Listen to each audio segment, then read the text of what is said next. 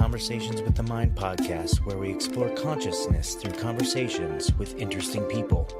Our mission is to engage the collective mind piece by piece to bring greater clarity of mind to our listeners locally and across the planet, and to contribute to broaden the shared experiential knowledge and wisdom of existence.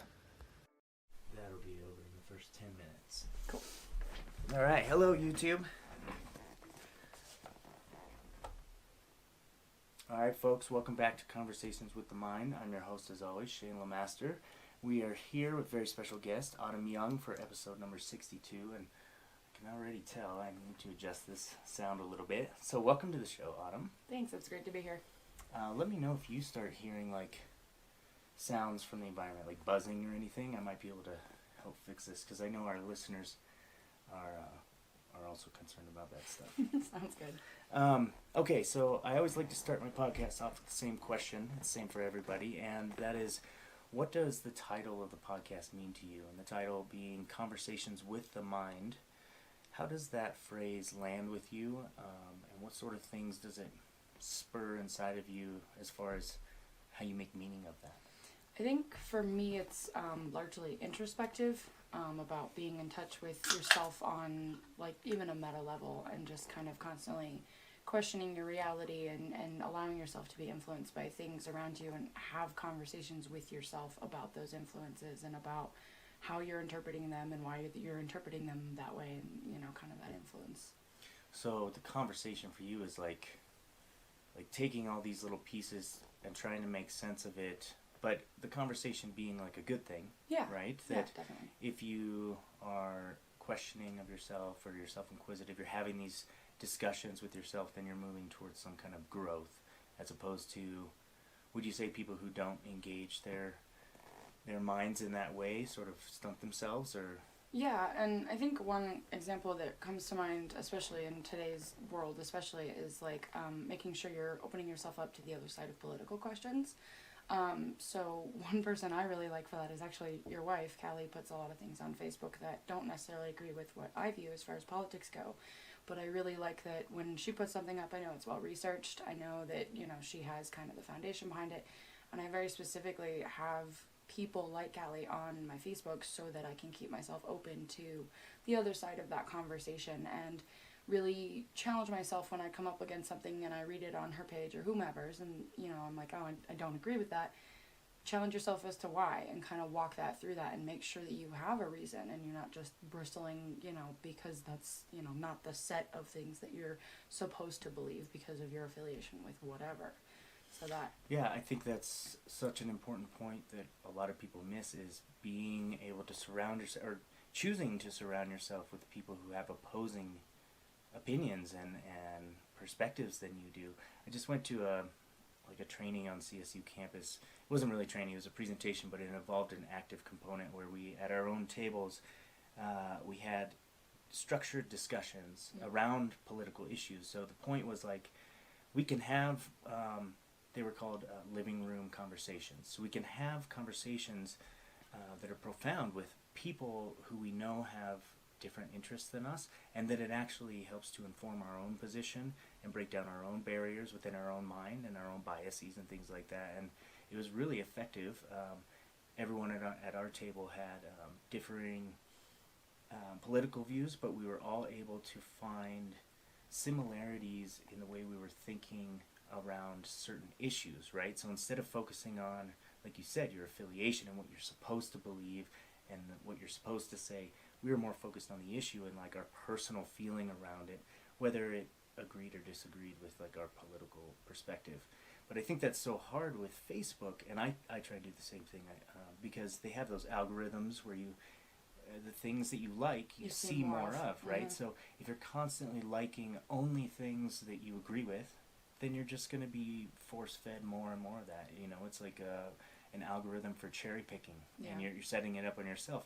So I like to engage with, or even like posts that are dissimilar from my own interests, because it did, like you said, it opened up my mind in some way, made me question my belief, and whether I changed it or not, my belief, the fact that post challenged me, I like that. Yeah. So I'm going to hit that, and I'll get more of that in my feed. And I do that as well with like well written stuff. Like if it, even if I don't agree with the point at all, if it was well articulated, as a verbal person, I really respect that and appreciate that. So I'll kind of do the same thing.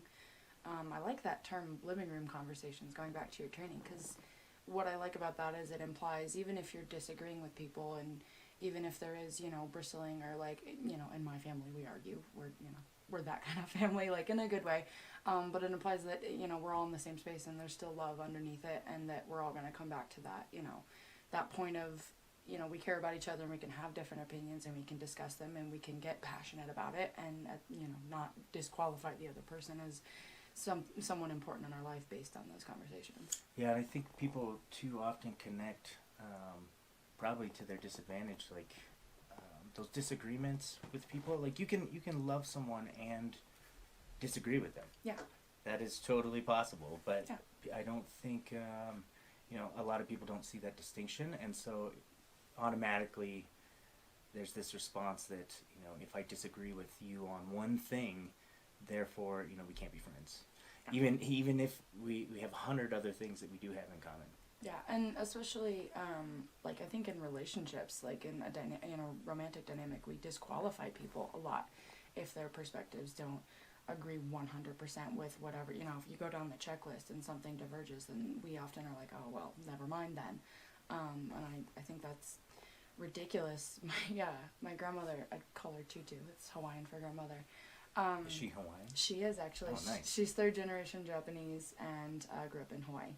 Nice. I had no idea that you had that in your background. Yeah, she's great. Well, she's technically my step grandma, which is why I don't like Asian, but we don't do the blood thing in my family. There's too many divorces and too many people that would be disqualified. But she made a comment. I was talking to her about, she had, her and my grandfather were married for 53 years before he passed away last winter. And I asked her, because my grandfather could be kind of a stoic person, which I find hard to relate to as a very, you know, outgoing person. I asked her, how did you, you know, deal with him kind of being that way? And I'll never forget it. She said, you know, if it wasn't a moral conflict, I didn't fight with him.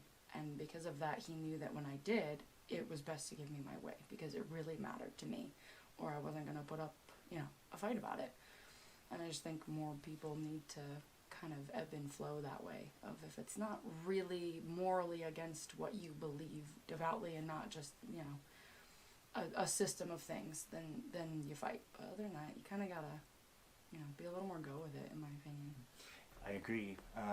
And there are those issues too that do come up where we do need to fight for it. It is a moral issue, and then how do we engage in those, right? Because those are the ones that we want to be engaging in, to move thought forward in general. So one of my friends who's a professor at CSU just sent me an email recently, and it was an article written about how, I think it was in, I don't think it was Alabama, but one of those southern states, Virginia. They were trying to pass a bill or a law taking away your freedom to pretty much protect yourself. So they were making taking martial arts or instructing people in martial arts a federal offense. They were trying to, along with that, take away, you know, gun rights and things like that, and say that even if you're giving private lessons, you're engaging in some form of militia, like a propagation of violence argument kind of thing. Right, and that could possibly turn against the government, and so they're just going to try and squash it ahead of time. Right? Like, well, the government should be afraid of its people. Sure, absolutely. That's what I think too. But it's things like that, and I read that, and it literally makes me angry. Makes me want to go down there and do something about it. But you know, I'm up here. We have our own issues in our own state to deal with. But if something like that does come to us, where it challenges our morals, and you know, we want to fight for our freedom of speech, freedom to own, you know, firearms, freedom to practice our martial arts, because we love it, and it does so much more. It actually prevents violence, as opposed to promoting violence. So, I mean, not only are they misguided, but those types of things, even Second Amendment arguments on Facebook, like, I'm morally on the side of freedom in general, and someone else trying to restrict me of any type of freedom is not okay with me, but I'm done engaging in those arguments on Facebook. You know, I used to. Yeah. Um, It's not the most productive Yeah. platform at times. it was not, and that's the thing. It was not productive at all Mhm. to move the conversation forward. It was just a back and forth ideological disagreement. And heel digging in and Yeah. and yeah. So how do we talk about those issues? And that's the thing is I think the most important part is the platform, and that's with the huge amount of social media we have. Yeah, it's like that's a great dissemination of information, but it's also kind of impeding our ability to have those conversations because everybody has so much information, and you can have these arguments where you just throw up web link after web link, and you dig your heels in and kind of feel like you're vindicated in your own point and not necessarily even be listening to the other person. I tend to be kind of an old soul in the fact that I think those living room conversations are the best way to do it.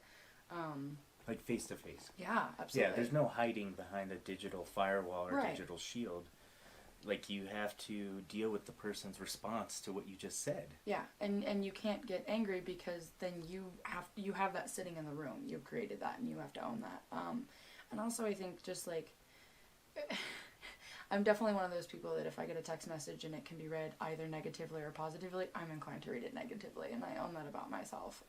Why do you think that is? I don't know. Because I used to be like that too, but it took me many years and Yeah. a lot of like mindfulness practice to be able to switch that around in my head. Yeah. Even sometimes now it comes up automatically, and And I'll like, have to catch it and be like, Mm-hmm. oh, there's that old Shane again. And see, I have to I'm still I have to cognitively do it. Like, someone will send a text message, and I'm like, why would you say that? And I'm like, nah, this person loves me. This person doesn't talk like that. This isn't how they treat me. So you have to talk yourself out of it. Yeah. But that first automatic thought, Is it was conditioned somehow, Yeah. right? So where do you think that came from? Like, what in your life has conditioned you to respond in that way, like automatically to things?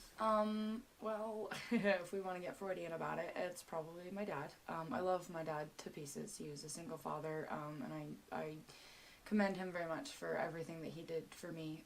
But he was a 25-year police veteran from the East Coast, and he can be a very blunt and abrasive person at times.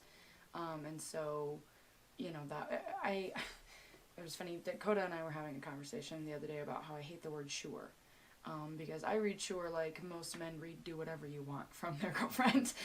Because it's like, you're not, if you say sure to me, I don't feel like you want to do the thing or that you're enthused about it. And I realize that comes from my parents. Like, if you asked to do something and the answer was sure, that meant no.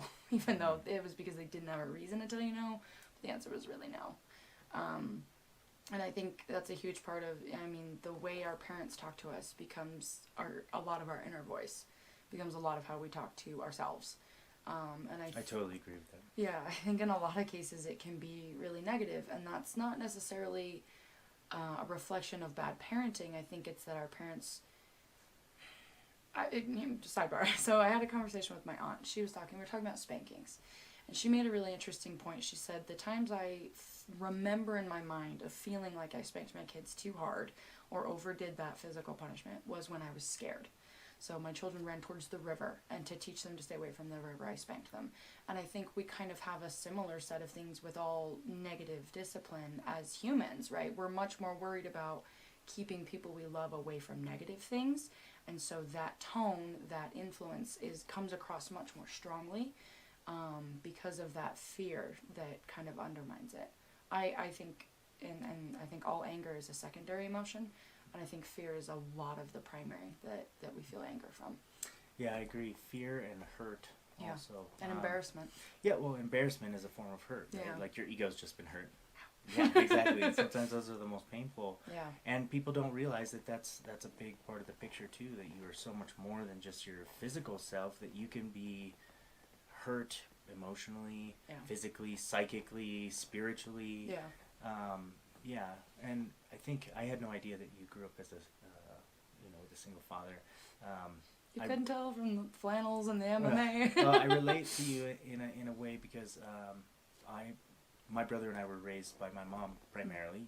She was off and on married a few times and things, and no guys were sticking around or anything. So it was mostly just us three, and so I can relate to that too. In that single parenting for them is extremely difficult, and they did what they could to raise awesome people that we are. Yeah, you they know? had the tool, they had the cards, Yeah. and they weren't great, and they did Right. the best they could. And sometimes, in order to gain control of situations and to help inform and train us when we were kids, they had to be a little rough on us. Yeah. And Especially willful people like yourself Yeah. and me.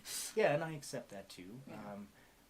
I value that because it turned me into who I am. Right. You know, but we have the opportunity, just like everyone out there listening to this, we all have the opportunity to identify those patterns in ourselves, you know, that we're repeating from our parents, to identify them, but to do something about it. Right. You know, it's one thing to say, yeah, well, there's a lot of levels to this. It's one thing to say, yeah, I do the things that my parents did to me. Right. It's whole another level to deny that you do the Yeah. things that your parents do, right? And then Mhm. you're just perpetuating the pattern. But it's a courageous act, I think, in my opinion, and something more people need to do is look at the reasons why we are perpetuating those patterns and do something about it. Like, Yeah. change it so that we don't pass that on to, you know, our own kids, or even Yeah. if we don't have kids, you know, to our friends and family. I don't want to treat my friends and family the way that I was conditioned, Right. you know, because of my mom's, you know, raising of me. Yeah. Well, and I think, yeah, it's hard to break those cycles, but I read an article the other day about how the fact that you endured trauma, whatever that looks like for the individual, is not your fault, but healing is your responsibility. Mhm. And that's a gift. Because imagine if it were on somebody else, right? Imagine if it was somebody else's responsibility to heal you. What if you had to go back to the person who hurt you to fix it? No one would ever heal, because, you know, you have your exes, you have parents, and, you know, you have that whole thing that healing conversation isn't always available. So the fact that it is our job and our ability to do it is actually, I think, a blessing in disguise. Maybe not even disguise. It's just a blessing that you have the reins on that and you can do it. But a lot of people still choose not to. It's easier. Mm. It's way to not do a thing is 100% easier. To ignore it, yeah. And to deny it, and working on yourself is really hard, because you have to have those constant conversations with yourself, and you have to constantly be retraining yourself. And anybody who's ever tried to quit smoking, or, you know, sit up straight, or train yourself to break a bad habit, it takes a lot of work and a lot of mental energy, and it's 100% easier to not even touch it. Mm. For sure. So how do you approach it? How do you not quit? I remember how great the people I have around me are, and that they deserve that from me. I'm really fortunate that my whole group of friends, I use the phrase, they're what can I bring kind of people. So when you call them up and you invite them over to your house, without fail, every one of my friends will always ask, what can I bring? And all of them are those kinds of people. They're considerate, they're caring, they're kind, they're gentle, and they deserve for me to be that way in reciprocation. You know, they don't deserve for me to jump down their throat when they've never done anything to cross me or to deserve that kind of, you know, treatment. And that's really important to me, to treat people that way, because they treat me that way. They deserve that. They've earned it. Mm. Yeah, well, and just rewinding a little bit, you were talking about, you know, having these questioning moments, these conversations in your mind that are helping to inform you, help you grow, help you learn, help you overcome traumas, help you overcome even mini traumas. Yeah. That's what I think I love so much about jiu-jitsu and MMA is that we're intentionally, voluntarily putting ourselves in a difficult and challenging situation where we are forced, maybe hundreds, maybe thousands of times in the course of an hour, 2 hours, we're forcing ourselves to encounter those conversations, those self-doubts, those emotions of anger and of hurt and of embarrassment when we do something incorrectly, and of you know, guilt trips and feeling like you're not good enough, and all that, and the ups and the highs, and like, oh, I'm a total badass, I just did that, right? And then having to intentionally, okay, calm down. They didn't rub it in my face, I shouldn't rub it in theirs. That's not what it's about. So that's what I love about martial arts the most, and what we do is that we voluntarily enter into this situation we know is going to be really tough, but we also understand that coming out the other side, we're going to gain so many more reps with that inner dialogue, right? So many more thousands of reps than anyone on the street has. Oh, yeah. And so we're better able to deal with emotional stressors, with life stressors, with physical, mental, spiritual stressors. Well, and I think kind of jumping off of that, my favorite thing about training in the gym is actually the vulnerability that we all allow ourselves to open ourselves up to, right? You have to. I'm literally allowing someone to put me in a rear naked choke, and that's like, people die from that. That happens in real life, but I'm allowing someone, I trust them that much. I'm literally putting my life in the crook of their elbow. And I think there's a lot of value in practicing that kind of vulnerability and being open to it, and especially for men, because this is a society where we don't allow men to be vulnerable and to communicate openly. And a lot of the guys in our gym are some of the best communicators I know. I think because of that vulnerability training and that openness and that willingness to be that way with another person. I think that might be a big reason why so many people, I mean, you've been at the gym long enough, you see so many people come in, sign up, or try it out for a week, and then they're straight out the door, right? Even people who are experienced that come in and then they roll with Z or myself or Joe, and we kind of show them like, hey, this is what we do here. Playing with the big boys. Right, and they leave in there, I think they can't handle that vulnerability, or they haven't been taught the tools to do it. And for sure, I wasn't taught the tools to do it. I had to discover it along the way. Yeah. But the martial arts helped me in that particular process. Yeah. Well, and it's also very oddly intimate. Super intimate. Like Tom Martin and I were having a conversation about how do you make friends when you haven't rolled around sweaty on the floor with them. Like, you don't make connections like that in the day to day, because you're right up in you're in someone's face and their entire body. Right, and you're being tested, and they're being tested to the max. And you're going toe to toe with, and you have to have nothing but love behind it, because otherwise, why are you there? You're kind of ruining it, doing it that way. And I'll catch myself getting aggressive on the mat, and there's plenty of people who will attest to that. Where I start getting frustrated, and you have to check yourself on that, because those are your teammates. Those are people that that you do have that intimacy and that vulnerability with, and you gotta kind of take a step back when you're feeling that way. So when you get angry on the mat, and I think it applies for all of us too, what we're shown on the mat is just another version of what we do in real life. Yeah. Probably, right? When we get super frustrated, we probably act the same way. Probably. And the better we get at dealing with it on the mat, the better we get on dealing with it on the outside too. Oh yeah. But for you, when you find yourself in that angry space, if it's not love that's behind whatever you're doing in that moment, what is it? Do you think it goes back to that fear that you were talking about? Oh yeah, for sure. I think for me it's definitely embarrassment, because I don't go to the gym consistently, but I have been going to the gym a while, and I just get really frustrated with not feeling like I'm not at a level I want to be at. It's not that I don't feel like I'm at a level I'm supposed to be at. It's not where I want to be, and I'm in this perpetual slacker cycle of I don't go to the gym more, so I'm not great at the gym, so I don't want to go to the gym, and round we go.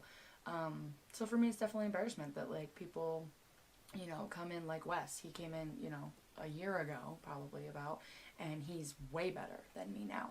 But it's because he goes every night a week to MMA and to jiu-jitsu, and he puts in the time.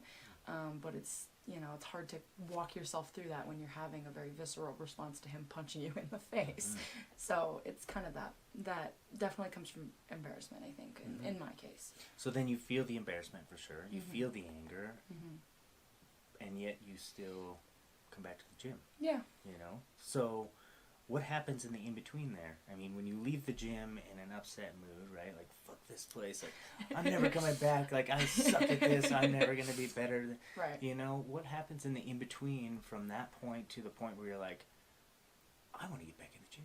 So, I mean, usually I'm one of those self-deprecating people. It's not fuck this gym. It's what the fuck am I doing? Like, we turn it back on ourselves. Yeah, I'm like, why do I suck? I'm never doing that again. That was so embarrassing. But no, I don't know. I think it's just that I love the gym.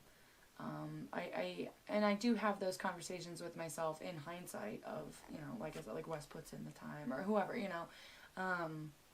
and that's really important to kind of talk yourself down that way and rationalize through it once you have the mental energy to do so. Because you certainly don't have the space in your mind to do it in the moment. I don't think so. Unless you can unless you have a technique to like just clear the emotion in Right. the moment. And just box it up, which I'm not much for boxing.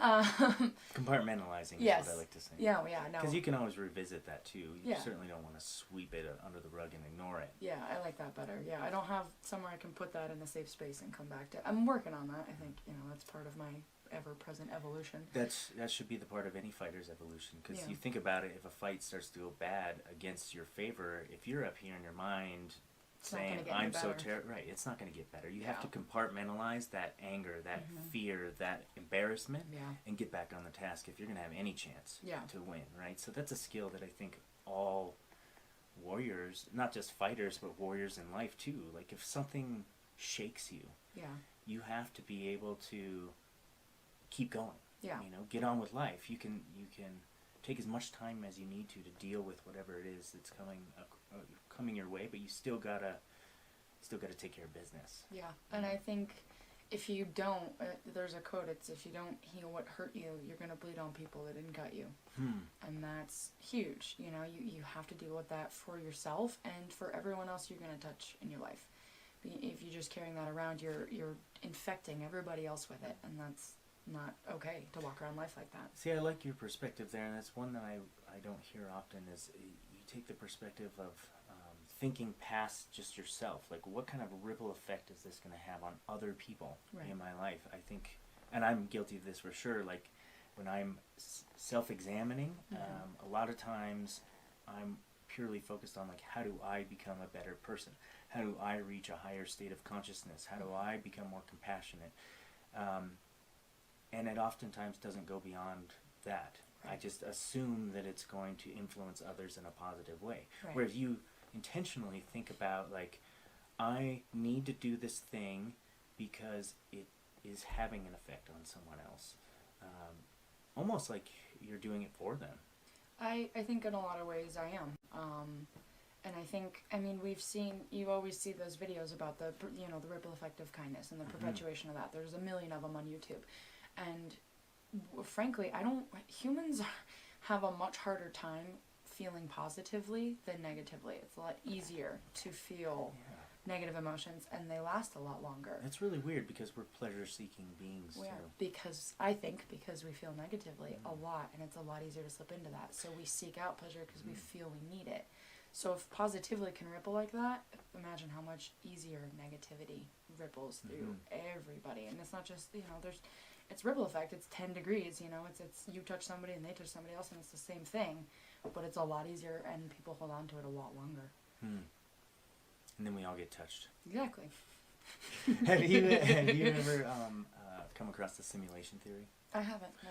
So it's sort of like, if I can put it in a pictorial form, it's sort of matrix-y. So the theory basically says that there's more chance that we are living in a simulation than Living in a real world. right than living in a base reality. Okay. That the chances of that happening right now are, and mathematicians that figured this out and things like that. I've seen some research on it with the world. There was one that was like the world actually did end in 2012, and we were transitioned. That was one version. Yeah, we've been transitioned to a new Earth, and that's why there's discrepancies in like things that we remember, and the way the records are in this existence of how they were.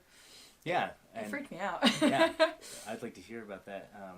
But in relation to the simulation theory and what you were saying before, so, and I agree. I think most people that I know anyway, and myself included, have, for most of my life, had a tendency to pay more attention to negative and have negative perceptions of things initially, right? We have to train ourselves to have this positive viewpoint, this optimism.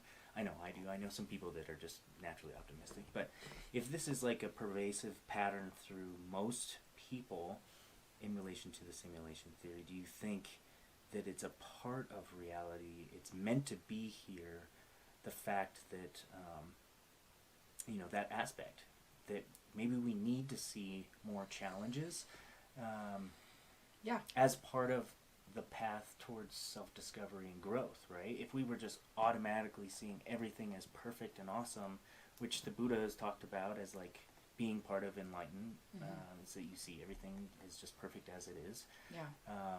But then, what is there to do after that? Nothing. I think Right. that's why it's the ultimate level of enlightenment, is you don't have any more work. But absolutely, I think you need those challenges. I don't. It's like built in. Yeah, and you don't grow without them. You know, you look at. I mean, like a weird analogy that's coming to mind is Deadpool. They give him that serum and then they subject his body to stressors to see what it will respond with.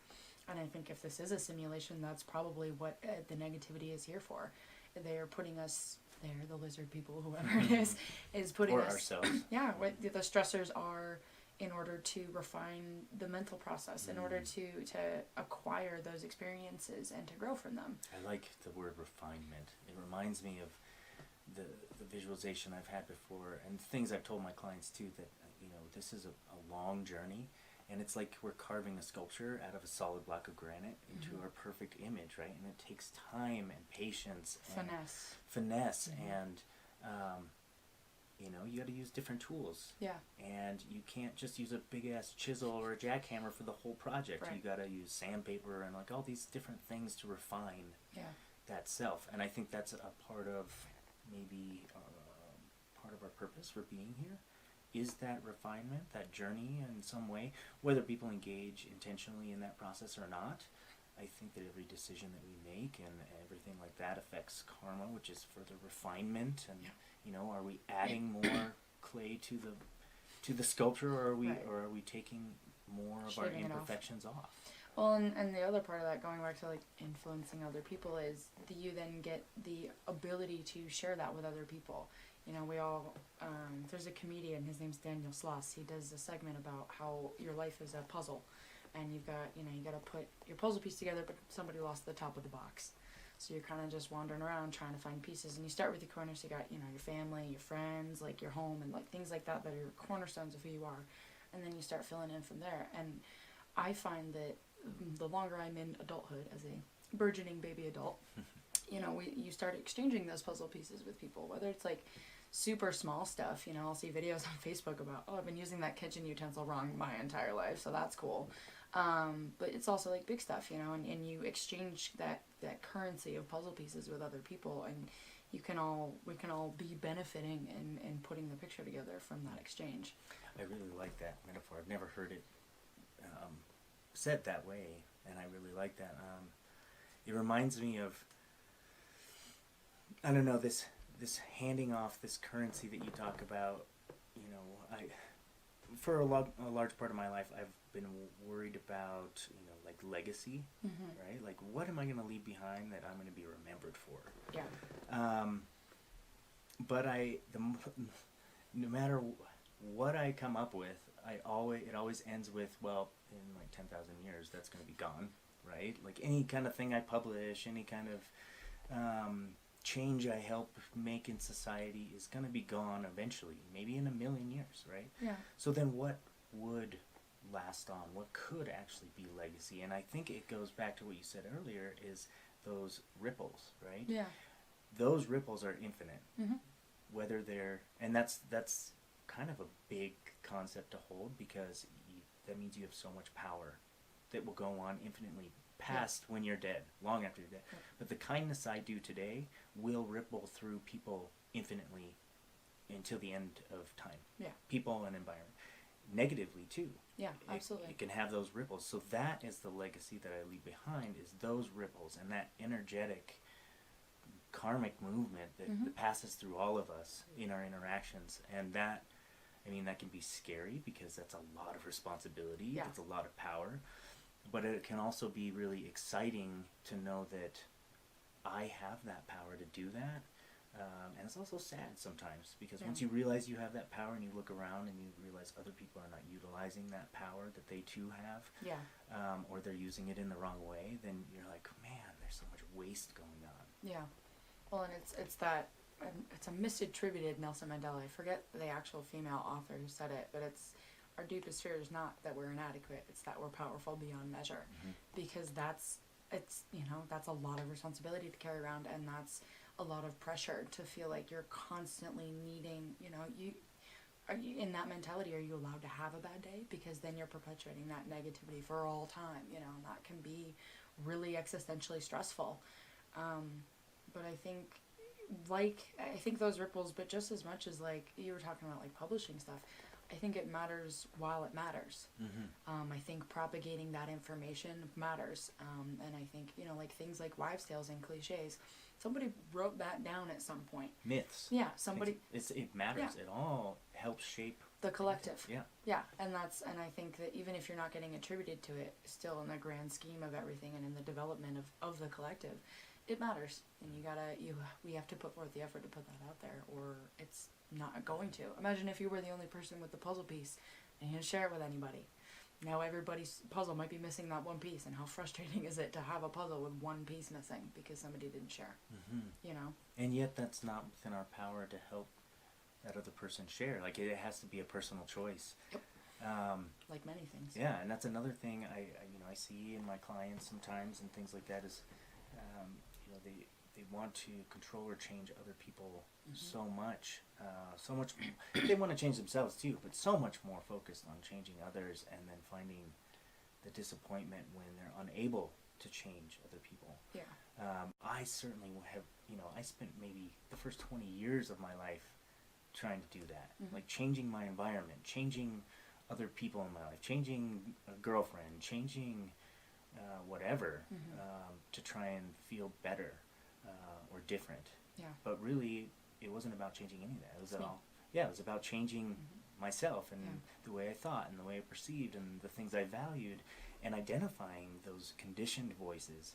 You said earlier, oftentimes our negative criticism, we hear it in our own voice, but the origins are from parents or from teachers or mentors in the past, and that we've just heard it so many times over and over that it becomes our own voice, and then we're like, well, that's my voice.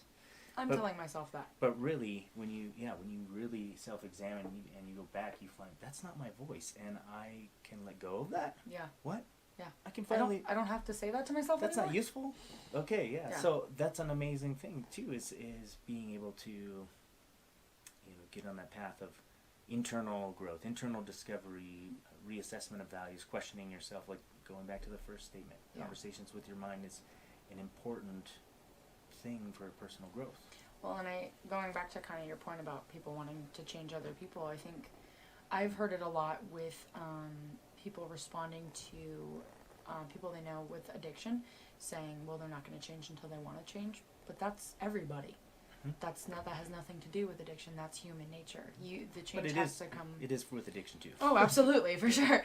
But it comes from within. You can't force somebody else to change, and nothing, no amount of crying or yelling or guilt tripping or anything ever is going to make anybody change unless they want to. And that, that's, I think people get really hung up on that. You can't change other people. You can change you. And I believe that the universe is rather magnetic in that you're going to get what you put out. It's kind of a boomerang type of situation. If you change your girlfriend or whatever, it's, you're just going to get a new one that had the same problem.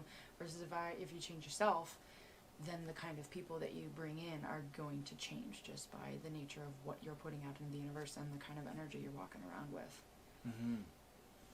It reminds me of The Secret. Yes. Absolutely.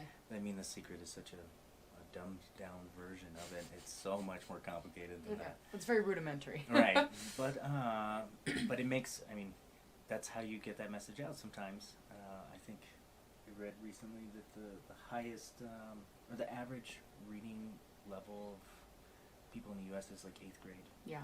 So you almost have to simplify it down to that level anyway to even make contact with most people, and that's something that we have to consider. Kind of meet people where they are. Right. Meet people where they are, and then once they find their own footing, then we can start to explore further. And I think that translates really into helping others deal with trauma as well, meeting them where they are. Because, and I get this a lot where I'll tell people certain things that I've been through that have been traumatic, and they'll say, oh my gosh, like I've never been through anything like that. And, I have to, check them, so to speak, and say, well, that's irrelevant. The worst thing I've ever been through felt the same to me as the worst thing you've ever been through. It's, it was the same parallel. It was devastating, and it was the worst thing you've ever been through. It doesn't matter what it was. And I think in order to help people deal with their trauma, you have to get in that foxhole with them. Otherwise, you're really not going to be able to reach them on any significant level. In their own foxhole. Yes, right? exactly, yeah. Jump in with them. Jump in theirs. Yep.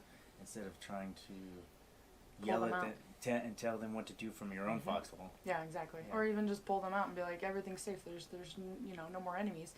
They don't know that, so you just gotta get down there in there with them, and kind of assess the situation from where they're looking at it. Sure. So you describe yourself sometimes as a catalyst for change. Yeah. How do you jump? How do you do that? How do you jump in their foxhole? How do you become someone who helps others change without imparting your own imprint on them, your own autumnness? I think, and I don't know, it may be better to interview someone who has been influenced by me to get that, but my assessment of it is that I don't go in right away trying to change them. I go in with true friendship and empathy and caring and the willingness to bend over backwards for people. And because of that, people are willing to listen to me because they trust me as someone who's not there to mislead them. I'm not, and I'll say that to people, and say, when have I lied to you? When was the last time I misled you? Do you trust me? Because if you do, this is going to be a good thing for you. And I believe that wholeheartedly. I've never led you wrong. I'm somebody that you tell me you trust. This is a thing that could be really good for you.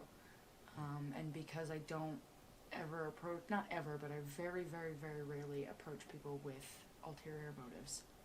And if I do, they're transparent. People tend to respond to that, I think. Not to sound arrogant about it, but and it always is from a place of care. I get that from you, and I've known you for a number of years. Yeah. I've never known you to mislead anyone intentionally in any way, and if you do mislead someone, it's once you recognize it, you're quick to rectify it or attempt to. Yeah, I'm gonna own it. I'm gonna come to you. I'm gonna look you in the eye, and I'm gonna say I'm sorry. That's a huge part of that too. Is if I've done something wrong, I'm gonna come to you and be like, I fucked up. I'm sorry. No excuses, no bullshit, no whatever. It's like that was fucked up, and that's on me, and I apologize for what that did to you negatively, because that's my responsibility. So. I also know you as one of the more fiery people at the gym too. There is that. So along with this honesty and authenticity comes, your outgoing personality, and I've seen it rub people the wrong way. Yeah, definitely. Sometimes I think you've even said a couple things to me that my initial reaction is like, whoa, like, excuse you. Yeah, like what the hell did that mean? Yeah. And then we talked it through and figured out like, oh, well, that's what you meant. Yep. But sometimes I gotta talk it through myself. Right. I don't even know what I mean. Right. So as someone who's known you for a number of years, I've seen that side of you for sure, the vulnerability, but also the authenticity, and that's something I really value about you for sure, and something I don't think a lot of people engage in, and myself included, because of fear. I wish I was more outgoing and like humorous and funny like some of the other people in our gym, or I wish I was more positive with my attitude like others in the gym, right? But I guess I bring my own flavor, my own necessary puzzle piece to the puzzle that we're putting together as a team. Yeah.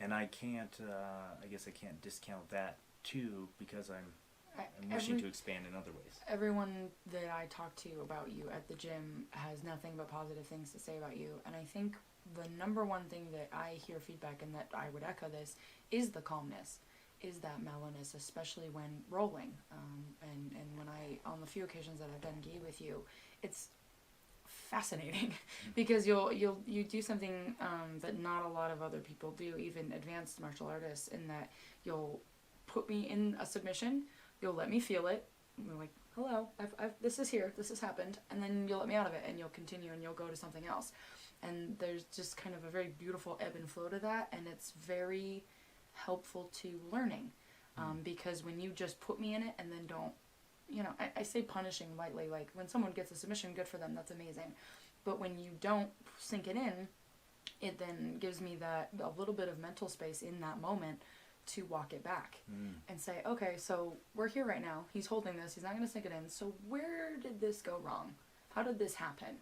And I think that's hugely valuable in jiu-jitsu, the reflective ability, while in, in the moment, and that is not something you get very often with our sport. So that's, I think, you're not by any means a boisterous person, but I think that's really important. I think the mellowness that you bring to the team is very valuable, and the frank honesty, but, you're actually a very approachable person. A lot of people are quiet. I don't feel that way about because I am so loud. Sometimes I've gotten the sense that I'm not approachable, and some people have said that I'm intimidating just to look at. You can be aloof until you get to know you, and I think people pick up on that. I don't know. I don't think you're doing it intentionally. I think you're just a very reserved person, and I think from what I have seen of you, you're observing other people. You're wallflowering it, and you're kind of collecting the information.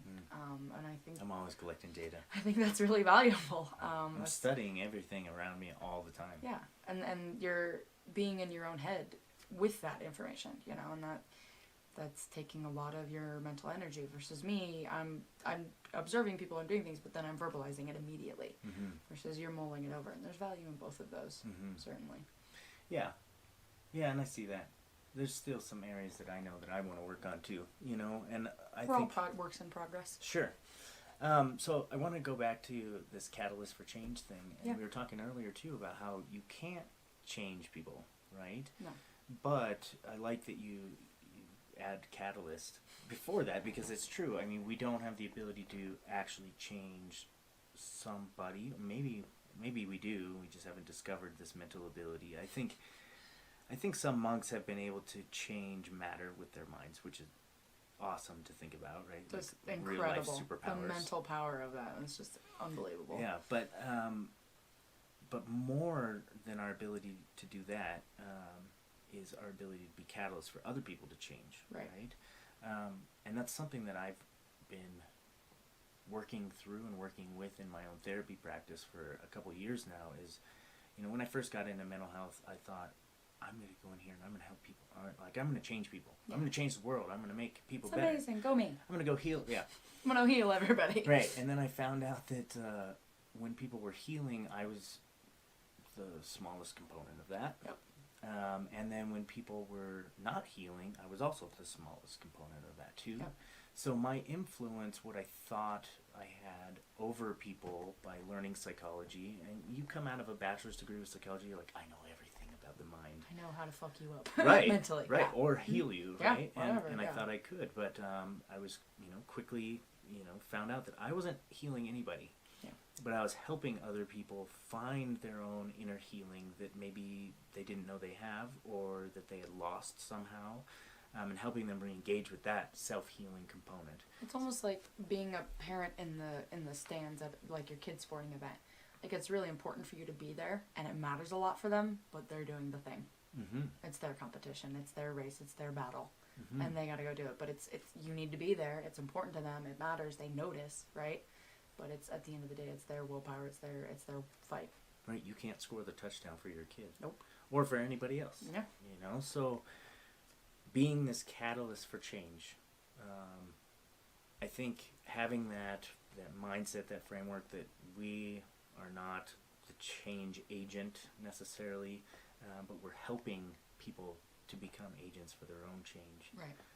Not only does that reduce pressure that's on us right. to change other people, yeah, but I think it reduces, when things go bad, it reduces the guilt. Yeah, the guilt and the misled responsibility that we sometimes place on ourselves for other people's failures. Feeling like I failed them, so they failed. Right, right. Or they failed because of me. Yeah. But that's another thing that I've had to deal with a lot as a therapist, is when people fail, it's not because of anything I did or didn't do. Or when people succeed, it's not because of anything I did or didn't do. I might point someone in a different direction, right. but it's up to them to take it on. Yep. Same thing when I teach jiu-jitsu. I'm just giving suggestions on how to do this. This is a thing you could do. Right. But I want everyone to make it their own too.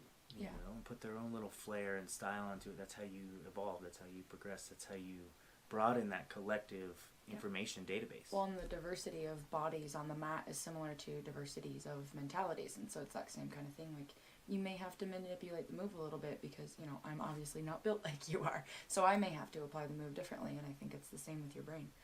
You know, we all have different things, different tools that we're bringing to the table, and sometimes I gotta, you know, you can rework the move that someone's suggesting based on what your strengths are, what you are bringing to the Yeah. table. And knowing your own strengths and weaknesses is super important, Yeah. right? It is. So identifying what those are, and then also having the wherewithal and the knowledge to be able to apply them Yeah. where and when necessary. Absolutely. Yeah, and also have the courage to go after improving on the weaknesses and Yeah, because the thing about improving your weaknesses is first you have to admit that you have them, and that's uncomfortable to do. People don't like recognizing deficiencies in themselves, but if you don't, you can't ever get any better. You're going to stagnate.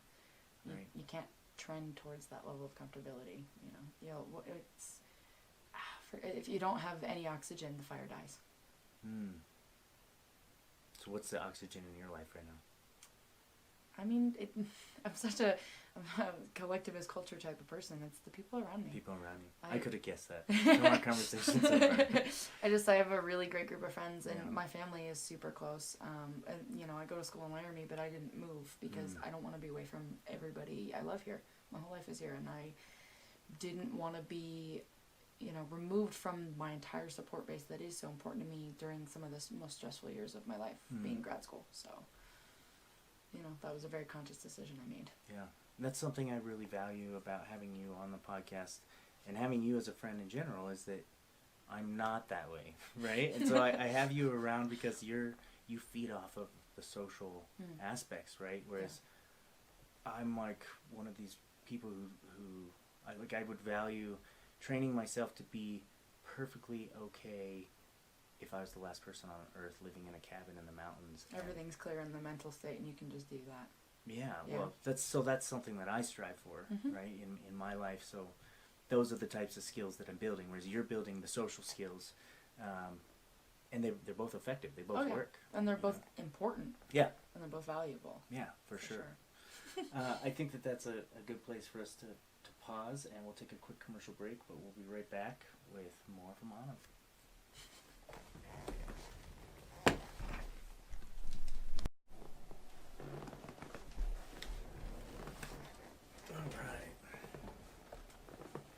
Alright folks, welcome back.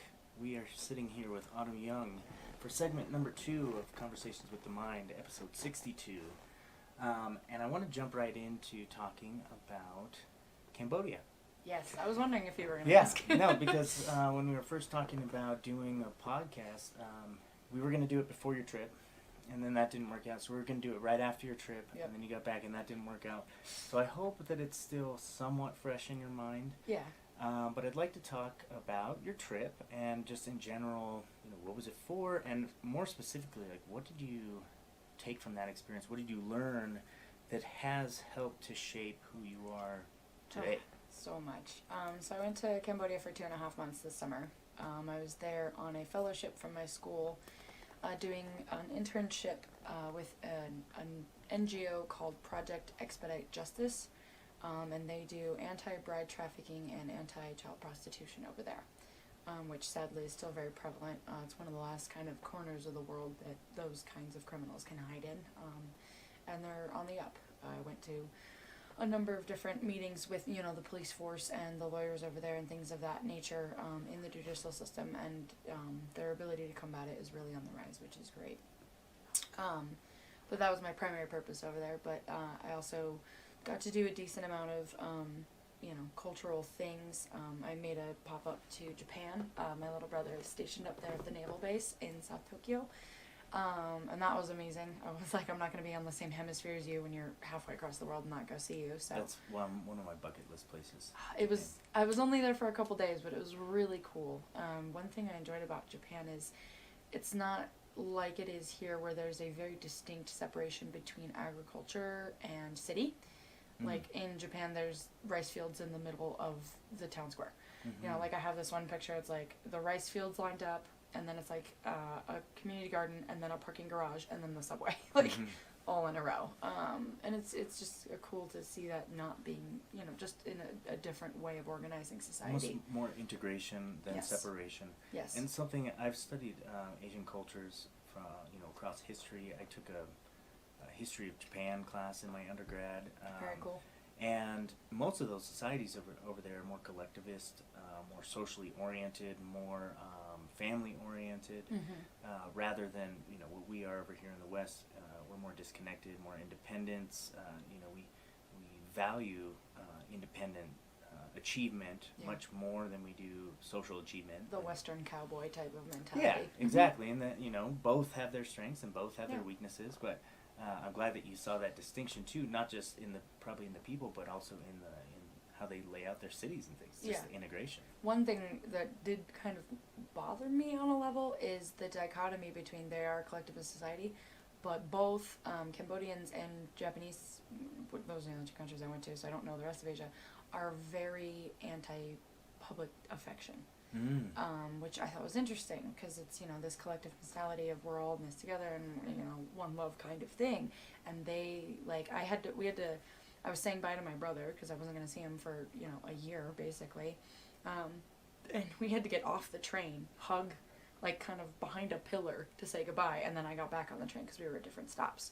Like, if we'd hugged on the train, people would have ostracized us. And that was just, I was like, and he made, you know, he brought it up. I was like, oh, you have to give me a hug goodbye. And he was like, okay, but we have to get off the train to do it, because otherwise people will seriously, like, stare at you and it'll be weird. I was like, okay. I just found that to be kind of an interesting thing. I made the mistake of, there were a couple of nights I got rather intoxicated in Cambodia, and I'm a touchy-lovey person. Yeah, I was gonna say that must have been pretty hard for you in those cultures It to was. not, like, put your arm around people. Yes, and I made the mistake of, I even just leaned my head on a guy's shoulder in Cambodia, and that was like code for, like, we're going home together. Like they are that anti-affection, but that was like a very clear, like, sexual signal, which was odd to, you know, I was like, wait, what? Time out, what just happened here? And it was odd for me to not, it being such an affectionate person, even, you know, just platonically, I struggled with it. And I wonder what people in Thailand thought of Callie and I on our honeymoon, because we were all over each other. It's like, your honeymoon. But they don't know that. No. You know, so they're probably seeing us, they're like, oh my God, what is going on? What perverseness. Yeah, right. Yep. And yet, in that country anyway, prostitution is legal. Yeah. So Cambodia's as well. Yeah. Yep.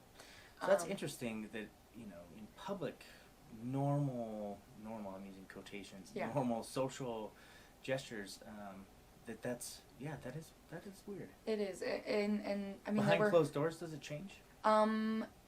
The the Khmer are noted. An expat friend of mine called them starfish lovers. What's a Khmer? That's the name of Cambodians. Oh. They're Khmer people. So it's not the Khmer Rouge, they're actually the Khmer Rouge.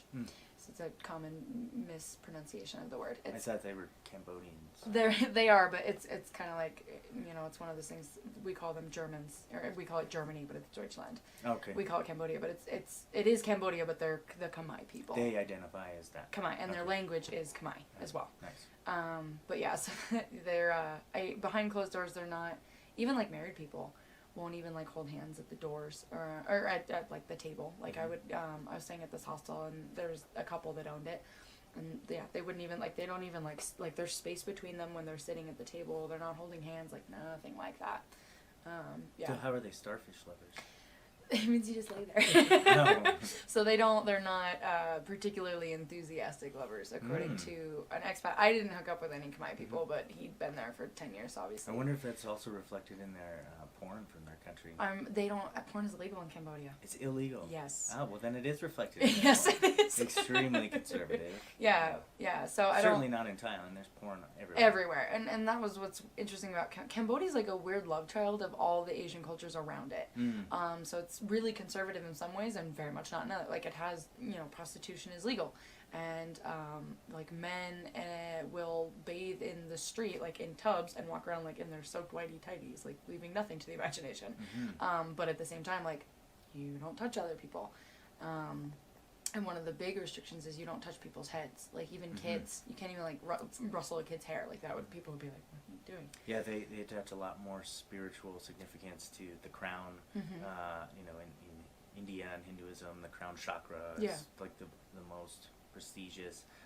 And then my hairstyle, my chosen hairstyle, the top Mhm. knot in Japan, has religious and spiritual connotations. Whereas, you know, the longer you can grow your hair, it means the more spiritually further along the spiritual path you are. Mhm. And if you disrespect your family, they snip it off. Yeah, they cut your hair. Right, and so That's big in samurai tradition, yeah, if I recall. exactly. Mhm. So yeah, that's so I attribute that kind of significance to at least my hairstyle. Yeah.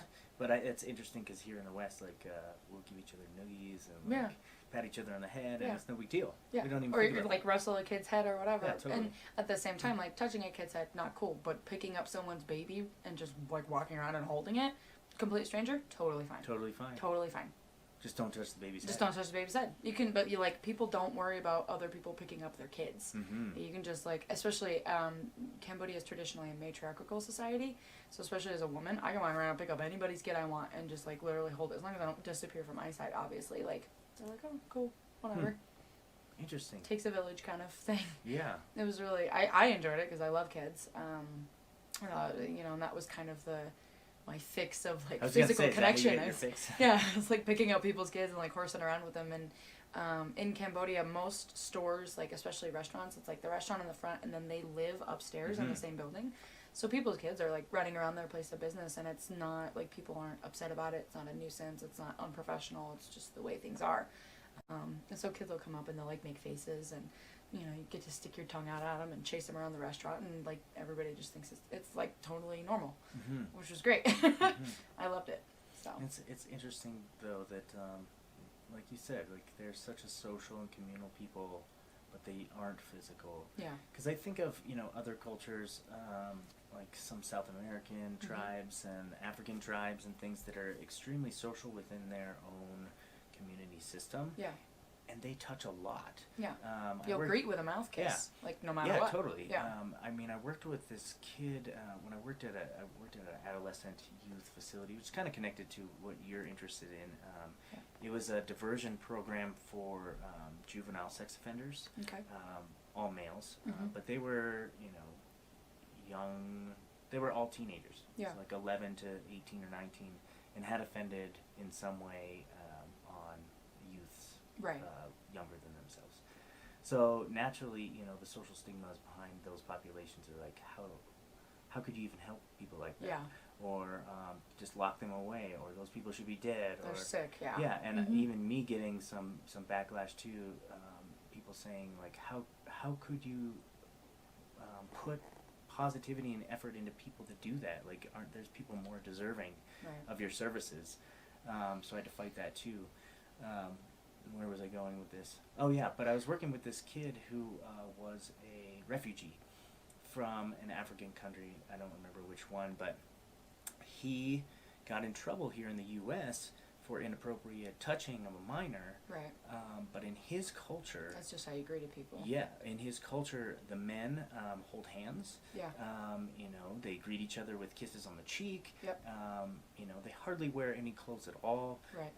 And they're very communal. You know, they pass, you know, kids around from different families, and Mhm. they all help. Right? So he comes over here and acts completely normal. What's For normal his in society. right? Yeah. And then over here, he gets punished and thrown into one of the worst parts of the system where people get lost and forgotten about. Yeah.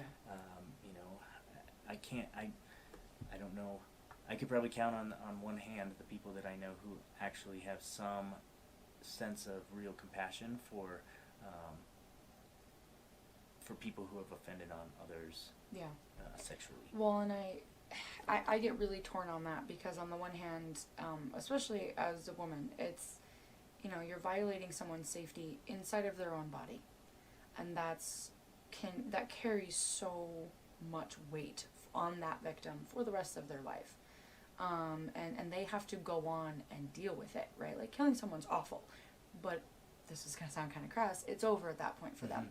And you don't have to live with it. Right, sexual assault, they have to go to therapy. They have to, sometimes there's medical complications. Sometimes The whole identity is shaken up. exactly. It violates everything about your autonomy as a person. Mm-hmm. But on the other hand, I've had this conversation with some of my more understanding friends, and I like to, people ask me about the child prostitution work, anti-child prostitution work that I did over in Cambodia, and they said, well, how do you expect to, help and whatever? And I said, well, the problem is twofold, and a big part of it is that we're not addressing pedophilial tendencies psychologically. And my issue with that is, put yourself in their shoes. Imagine for a second that you genuinely, as a psychologist, we've seen EEGs of pedophiles in the same area of their brain lights up when they see kids as any other sexual fetish that other people have. And so imagine that that's you. Imagine that, by whatever dysfunction of and whatever. you don't have control of it. And it's just the way that you look at a kid and you feel sexually attracted. Imagine how horrifying that would be.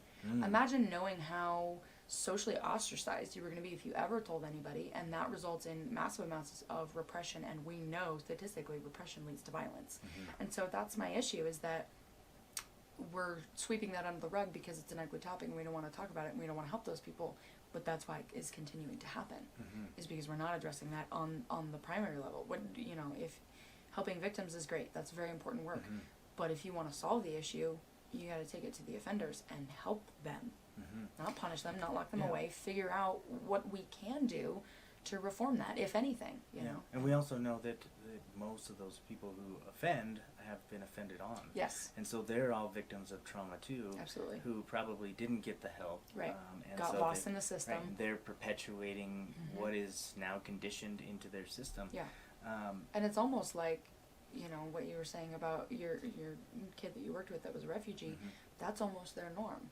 Because if they were offended on, especially from a young age, which a lot of offenders were, that's integrated into what they have formulated as sexually acceptable behaviors. Or what normal reality is. Right. It's That's what how it's supposed to be like. that's what they've developed as their understanding of sex. Yeah. And that's horrifying. And I just encourage people to imagine that was you. Imagine feeling that way and knowing how horrible people were going to treat you if they ever found out. It's interesting too how we, like you brought up murderers, we treat murderers badly. Yes. Right? But we treat pedophiles even worse. It's almost like in the field of psychology, there's a whole branch of psychology devoted to figuring out the criminal mind. Yeah. Forensic psychology. Yep. That's what got me into psychology in the first place. I wanted to work for the FBI and figure out serial killers. Yeah. And catch them before they did what they did. But and I don't know where I was going with that. But I don't know. It's just interesting that we put, even though murders are bad, and we put them in that class of bad with pedophilia, we don't have an interest in trying to go into the mind of a pedophilia offender. We don't have that curiosity as to how can we reform, how can we fix that. Yeah. It's just nope, we're not even going to touch that. And what's extra and you interesting, will with murderers. Oh, absolutely. Yeah. What's additionally interesting, especially in that light, is murder has always been unacceptable, right? Even go back to Hammurabi's code, not okay to kill another person. Versus pedophilia and being attracted to kids has only been socially unacceptable within the last 200 or so years. Totally, relatively, and for most of our human society, it's been a normal part of society, like Greeks and Romans. Right. That was. Well, and the other thing is it's entirely a social construct that's made as unacceptable because and it's never okay to be a pedophile. I'm never excusing that, but if you look at... But it's culture and context specific. And because biologically, reproduction-wise, caveman brain, it makes sense to go for a younger, fertile being. Yeah. Right? And that's male or female. Male or female, right. And the younger they are, the more fertile they tend to be. That's biology. And having sex with multiple partners for men. Right. Biologically. Yeah, you got greater chances as propagating the line. And so that's the thing, is that we've decided, and there are obvious reasons. We only decided recently kids shouldn't work in factories, and so we've kind of come to this understanding recently in human history that kids aren't just tiny little adults. They're not miniature adults. They're completely different. They process different. And we have to treat them differently. And we didn't give any sort of training to anyone on that. We didn't teach parents how to kind of adjust to that. So that's why you have people that are too harsh on their kids or too lenient with their kids. We didn't teach, anybody on how to kind of, adjust to that. And so we've had a lot of weird byproducts, fallout from that lack of informational transition.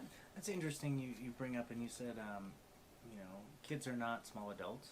And that's totally true. Yeah. They're way more impressionable. Yeah.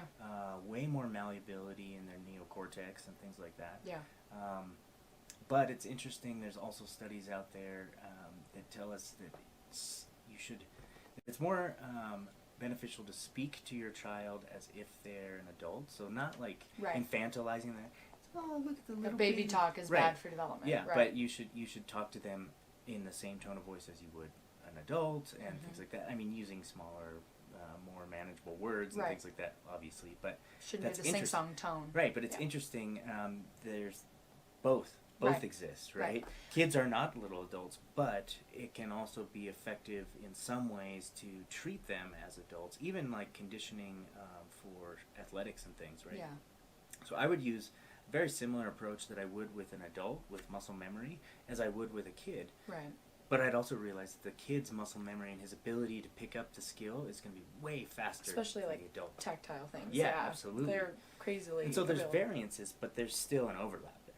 And I think that goes back to kind of what we touched on earlier about because there is so much information out there anymore, you can get access to anything.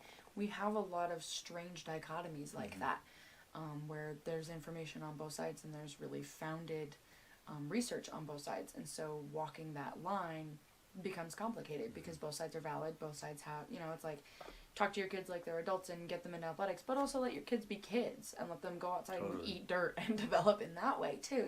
Both are super important, and I don't envy current parents because that's a really difficult job at a base level, and with all of the balancing that people are expected to do with their kids nowadays of discipline your kids so they don't grow up to be, a shithead, but also don't be too hard on them because it becomes the voice they talk to themselves with, Walking that line is unbelievably difficult, and I don't think anybody is perfect on it by any stretch of the imagination. Do you want to be a parent?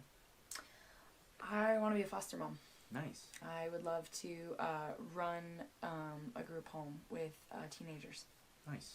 That's kind of the dream living situation. Now I'm currently putting together a literature review for the research team that I work with through the social work department. We're working on child placement disruptions in the foster care system, outside of kinship care, but like literal foster parents that have no relation. Right. And that's one finding that is common among all the literature that I'm finding is that kids who are in the teenage years nobody wants them. Right. They have the least likelihood of achieving permanency. Yep. And it largely doesn't have much to do with the kids. No. It has a lot more to do with the foster parents and the training that they receive, the support that they receive from a caseworker, as well as their individual ability to handle behavioral issues as they come up. All kids are going to have behavioral issues, teenagers more than most. They're kids. Right. It's not about changing the kid, it's about training the foster parents to be better foster parents. So I think that's really cool that you are you actively want to seek out those who are underserved and underprivileged within that environment. That's awesome. I think it's really important, and you're never, I saw a post about it the other day, my friend shared one, I reshared it, about adopting or fostering teenagers, and the line was, it's never too late to get a family. And I think that's really important. It's like, they'll be out of the system in a year. Who cares? That's a year I have to provide that kid with a stable home environment and to show them love, and a lot of those kids have been bouncing around from home to home to home and have never received that kind of stability. And if you're afraid of behavioral issues, don't reproduce, period. Just because there's somebody else's kid's behavioral issues, step up, fucking parent like anybody else would. If you had a kid and had behavioral issues, I hope you'd step the fuck up and parent them. Most parents do. My dad did, for sure. So is that what motivated you to want to foster yourself? Is seeing your dad like step up in that situation and give you that? Yeah, I had never actually thought about it, but I mean, it was a very similar situation of what you described with your mom, is that my dad was married at times, but my dad was my consistent parent, and he did a way better job of being both my parents than I could ever imagine doing myself. He's a man's man, and he's automotive knowledge and police, and he was a SWAT sniper and all these guy's guy kind of thing. But he also has 2 daughters, and he used to do my hair, and and he would he hates his birthday, but I always had a carrot cake on mine, and there was never anything I wasn't allowed to do because I was a girl. Which I think was really important to me. That's why I do MMA. That's why I ride dirt bikes and things of that nature, because my dad never was like, you can't do that, you're a girl. That was never even, I'd never even... So your concept of what was possible was not limited. At all, by my awesome. gender. And I think that's because I had a single parent that was playing both roles. Mm-hmm. He doesn't like that I dress like a tomboy, but other than that, he's pretty supportive. I had the same thing with my mom around spirituality. Mm. She never really forced anything down my throat and always left it open for my brother and I to explore on our own. Yeah. And no matter how we chose to do that, the concepts and the truths that we learned through that, she was always willing to like connect with us and talk with us about that. Yeah. She may not agree that I get a lot of my spiritual insights from psychedelic drugs and things like that, but not a lot of moms would. right. But she's still willing to sit down and talk to me about the truths that I have uncovered and that I have, the things I've learned about myself and about reality and about the world. She's still willing to meet me on the topic. Yeah. Not necessarily on how I got to it. My dad and I meet on, I think, on the topic of healing. He doesn't see it that way. He sees it as his like white knight syndrome. He wants to come in and rescue the damsel in distress. Right, exactly. But I think I get a lot of my healing nature from him in that he did, try to help people and pick them up by their bootstraps, and he had an interesting amount of love for the homeless population in Greeley. He always would buy, there was one night he was wearing long johns underneath his uniform because it was cold outside, and he was sweating. And he saw, I believe the guy's name was Marv, but I might be crossing stories from being a kid. He saw him out in the middle of one of the parks in Greeley, and he, went to the gas station, went and took off his long johns. They're $80 LL Bean long johns, and he went over and gave them to the guy, because he's like, you're going to freeze to death, put these long johns on. Mm-hmm. And just stuff like that, it's that kind of ripple effect of, it's very possible that saved that man's life. He could have very well frozen to death that night, and that's, I think, the side of police work a lot of people don't care to see, because they are an authority figure. Or it doesn't get reported on as much, too. Exactly. And because, kind of going back to that negativity thing, it's a lot easier to disseminate and for people to get passionate about the negative aspects, and the happy ones don't. It's hard to generate passion in your audiences if you're only reporting good things. Exactly. I try and include a good news story in all my podcasts, but I hope that it generates something similar. No, that's some kind of good feeling. Yeah, definitely. But I think, I don't know where I was going. Something about my dad being a healer, but yeah, I think I get it from him. Yeah, and sure. As you were talking about that, I got this vision of your dad wants to, in his own way, do that ripple effect thing and help other people. His particular population of interest was with the homeless. Yeah. And the method that he goes about it with his white knight syndrome. Right. Doesn't work for you, but it works for him. Yeah. And he affects so many people in positive ways. You see that. You grew up around that. Yeah. And I think that it seems apparent to me that helped motivate and inspire your desire to want to make an impact in a similar way, regardless of if you do it differently. Yeah. You're going to do it your own way, and it's going to be magnificent. Actually, fostering is one of those things. Yeah, I called my dad because I'm in law school, and obviously he has exposure to law, 25 years of police work. And I asked him, I was considering defense work for a little bit, and I said, would you disown me if I went to the defense side? And I was really struck by his response. He said, no, I want you, he said, your advantage in this career field is your passion. I want you to go where you feel passionate. where you're going to make a difference, because that's what's best. That's where you're going to excel. And that was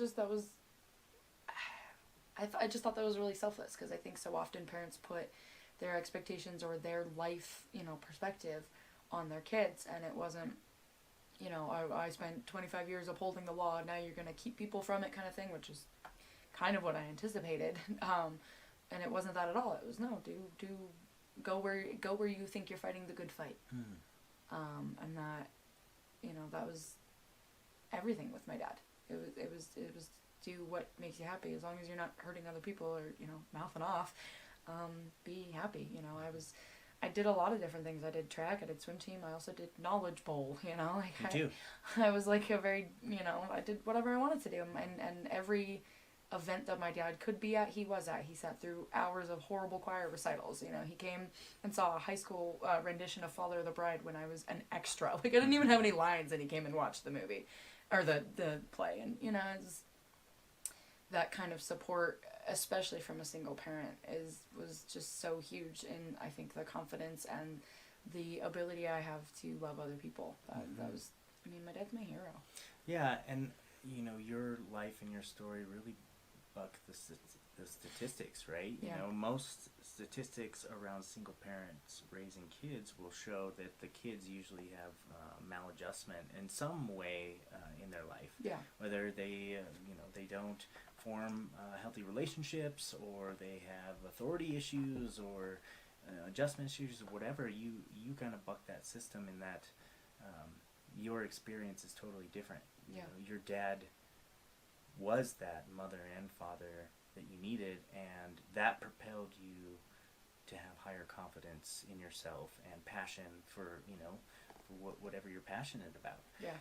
Don't most cops hate lawyers though? My dad doesn't really hate on a stance level, except for state troopers in Colorado. He hates state troopers? Yes. Is it kind of, so Super Troopers, the movie? Yes. Is it really like that? It's a little bit like that. So, that's so funny. Have you ever seen My Cousin Vinny? Long time ago. Okay, so My Cousin Vinny is to lawyers what Super Troopers is to cops. Like, it's an extreme kind of exploitation of it, but it's humorous because there is truth in it, for sure.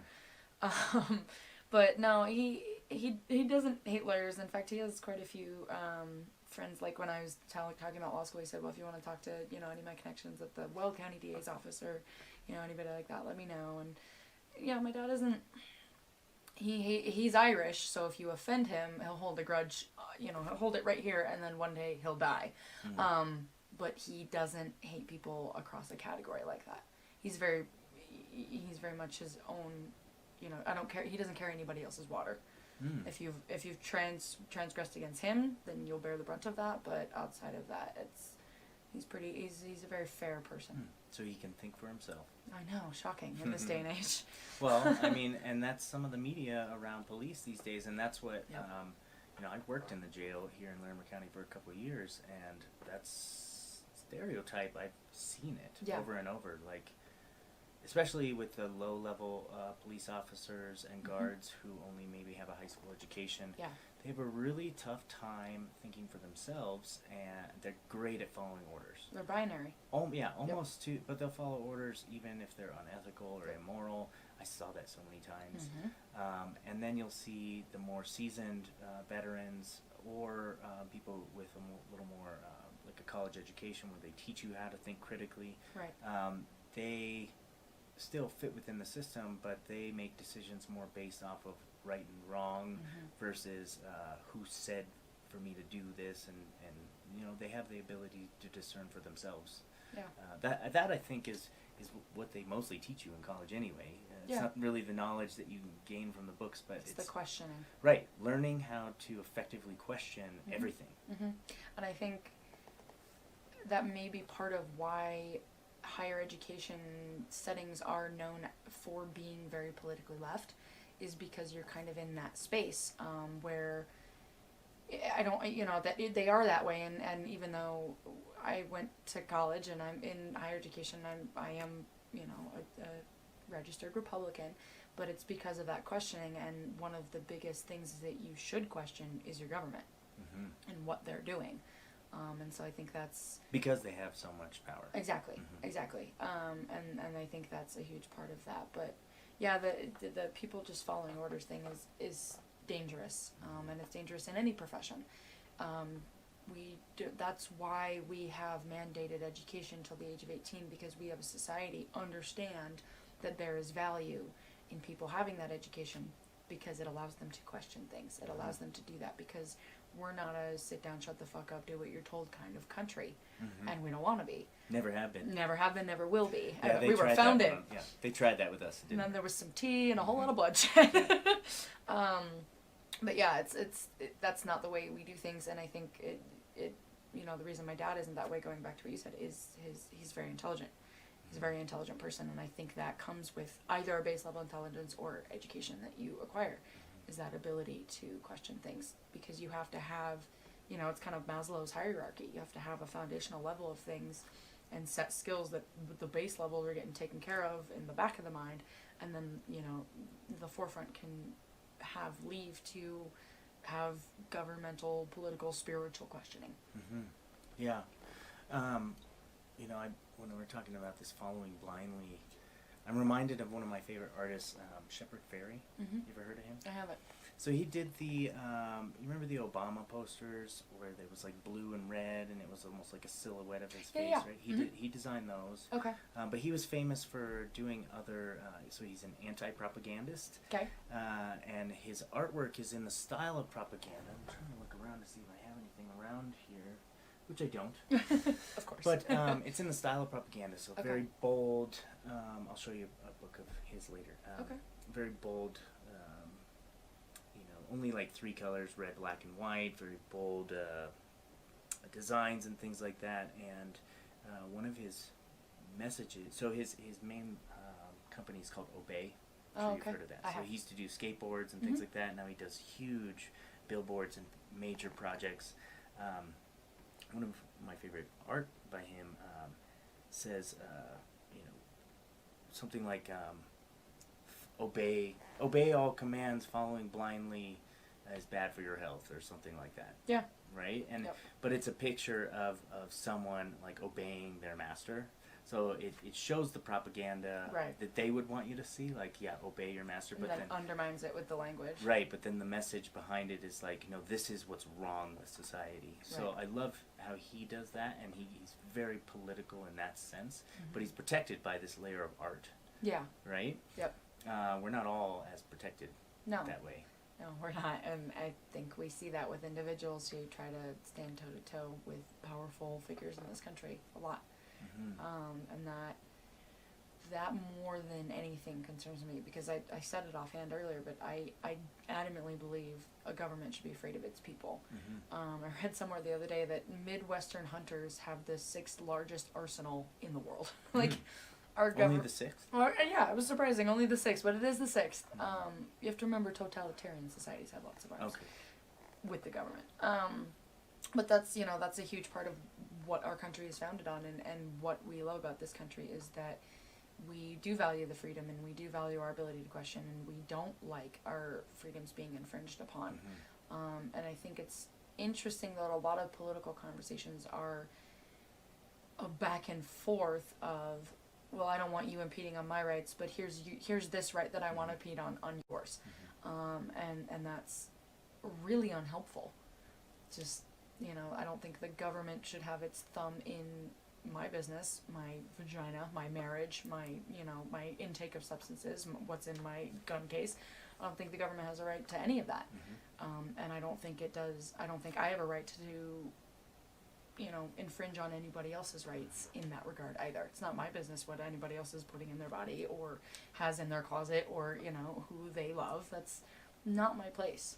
And it's not the government's either. Yeah, I think one of the biggest freedoms that historically governments have tried to take away from people, including our own, is the freedom over one's consciousness. Yeah. Freedom over how to think and how to express those thoughts, and how to, because everything starts with a thought.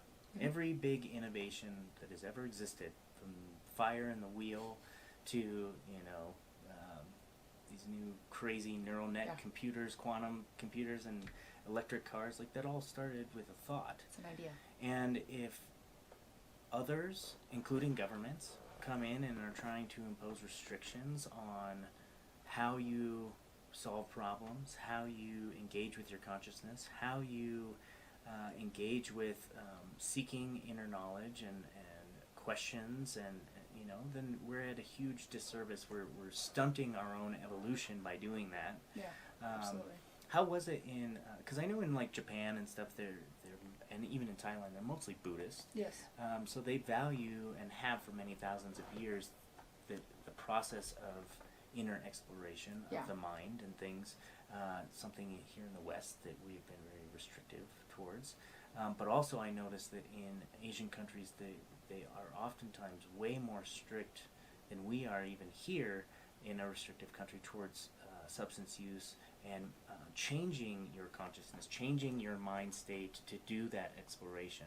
Yes. I think when I was in Thailand last, if you get busted with pot, you can get a life sentence in jail and stuff. That's a Thai prison. Like, that's right. not an American prison. That's a Thai Right. prison. And yet they're all about expanding consciousness in the mind and exploring, and nature is beautiful and in harmony and all these valuable. things. And, Right. yeah. So there's that dichotomy. I think now actually Thailand is actually voting to legalize all cannabis, Nice. which is a totally awesome but random switch. Yeah.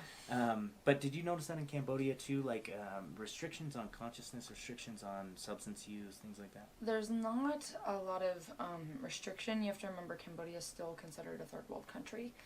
It's only, relatively not too far out of its totalitarian regime. And in most ways it still is totalitarian in all but name. Yeah, it's only a couple generations It removed, is. right? Well, actually, it's so I met a gentleman who was in his 70s. He was in his 20s during the Khmer Rouge. Wow. So it's like a generation or two, depending upon the kind of birth rate. But they have a huge problem with alcoholism, and they have a huge problem with meth. I asked what the number one substance abuse was in that country, and weirdly, and I hadn't considered this because in America alcohol use is so pervasive and so acceptable, the answer from a Khmer person was alcohol. And I was like, wow. That's their biggest problem. Yeah, I was like, wow, that's really weird to hear that owned, because here probably a lot of us have some I think alcohol form. is our biggest problem Oh, here, absolutely. but we're not willing to admit it. No, absolutely. There's too much money to be made. And there's too much money being made. And that's a whole nother issue. There's so many big industries that run like that, and the video game crisis is a big one that comes to mind currently. But so she said alcohol is the biggest one, and followed closely by meth, because it's a third world country. I can go out and get a 3-4-star meal for $5. Imagine how much meth I can get for $5. And so that's kind of the issue over there, and a lot of people who have that addiction go to Cambodia because it is so much cheaper there. And so I think maybe the reason they're restrictive is that fear of kind of the extremes that substances can be taken to, and for a lot of people are. You have to be very mentally aware of the pitfalls that can come with substances to use them in an expansive way, I think. Well, and meth in general isn't really... No. You're not expanding your consciousness so much with meth. And I think I'm like meth and heroin I would mostly put, totally on the side. The heroin, opioids, you could maybe make an argument. I definitely think there's medicinal uses for amphetamines and opioids, if used properly. Yeah, but and conscious-wise, consciousness exploration-wise, don't think so. And I think alcohol either. And the problem with those three, and often how the ones that can be used for consciousness expansion, the problem is people are using them to escape their reality rather than expand it. And that is entirely a mentality. That's entirely how you go into drug use or substance use. And so I think, that's, like I said, it's all about your awareness and what you're intending to do, and where your mind is going to be. When you're, even with alcohol, the difference, the difference between, you can have the same amount of alcohol consumption, and if you're going out and drinking with friends, that can be totally healthy and social and okay. Versus if you're sitting at home crying and using that as a coping method, then it's not. Mm-hmm. And so that's it's It's the relationship that you have with the substance, and it's what that you're dictates, using. yeah. Yeah, what you're using it for, what your mentality is going in. And that comes back to, and I would encourage all the listeners out there to question themselves in regards to any substance that they take in. How are you using it? Are you using it to cope and to zone out of the world, or are you using it as a facilitator for further growth? Right. You can use that, and you can question that with sugar, with how you eat, with caffeine. You could do it with art, with Yeah, music, with the behaviors, books with you're sex, reading. anything. Yeah, How absolutely. are you using these things? Are you using these things to escape, or are you using them to get deeper into reality and to understand it even more? Yeah. Are you expanding your horizons, or are you running away from them? Sure. Mm-hmm. So in Cambodia, there's still restrictions on drugs, Yes. but and coming from a totalitarian regime previous, I mean, there's definitely some malicious mind control going on there, Oh, and, yeah. and definite restrictions on what people can read and think and see and be exposed to. Mm-hmm. What's it like now, though, over there? Are they more open? I know in Thailand, like, they have tons of... They have entire channels devoted to American movies Mm-hmm. and other cultures and things like that. So Cambodia is still largely very technologically in the past. Mm. I would akin it to about the 70s. Mm. Not a bad time. Not a bad time, but a lot of people having a shower is a luxury. Having a dishwasher is a huge luxury. And so it's like that's you kind of have to put yourself in that mindset. Mm-hmm. And that's I'm sorry, I forgot your question. I went on this tangent. Well, just about the 70s. restrictions. Yeah. So the other thing that's unique about the Cambodian regime is they targeted intellectuals, and most other totalitarian regimes target people they view as the weaklings. Mm-hmm. Like you look at Germany, you look at Rwanda, you look at the Armenian genocide. That was all about a discrepancy in who they thought was superior, who they thought was stronger. And then they try and wipe out the weak. They so try to that wipe the out the strong weak. survive. Yeah. Right. Versus with Pol Pot, he was intimidated. The Khmer Rouge targeted intellectuals. They killed people who wore glasses. They wore people who spoke a second language. They killed, anything that indicated that you had, if you were, all the professors in colleges, anything that indicated intellectual superiority, put a target on your back. Mm-hmm. And I would really recommend to all listeners, if you have an interest in this, go watch. It's a Netflix original called First They Killed My Father. Mm-hmm.